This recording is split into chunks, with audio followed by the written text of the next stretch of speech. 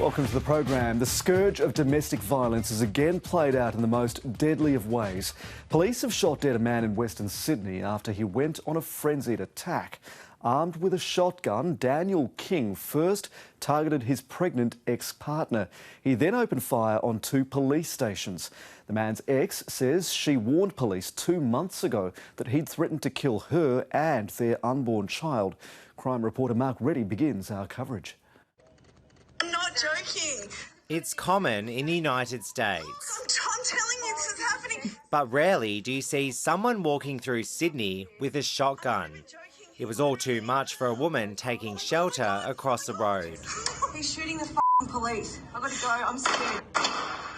Police ended up surrounding the man and killed him. The gunman has been identified as Daniel King, a young father from Mariong. The 32-year-old began his terrifying rampage at the home of a woman carrying his unborn child. So I hopped up and looked out my window and I seen Daniel at the bottom of my driveway holding a shotgun and shooting fires towards my house. Putting her kids first, Stacey Taylor shielded them from the gunfire in an upstairs bedroom. She hopes sharing her story may encourage other women in abusive relationships to seek help. He was actually sending me threats for about 2 to 3 weeks after I told him I was pregnant, accusing me that it wasn't his baby, that he wanted DNA testing, he would go to docs to get me in trouble, to get an abortion. If I didn't, he was going to kill himself.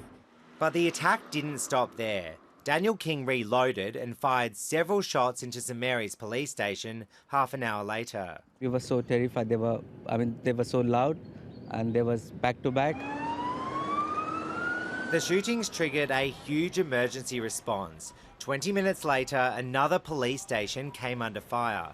And it was there in the heart of Penrith where Daniel King's life came to a violent end. I think he opened fire to start with, and then there was about 14 or 15 shots and it was just back and forth. The 32-year-old dropped to the ground, while a male police officer was struck in the head with pellets. He was taken to Westmead Hospital. To shoot upon the police and wound the police and force then the police to protect themselves and have to return fire is very concerning. After Daniel King was shot dead on this street, police dragged his body inside Penrith Police Station. They feared a second gunman was on the run, but it turns out it was a terrified witness running from a kebab shop.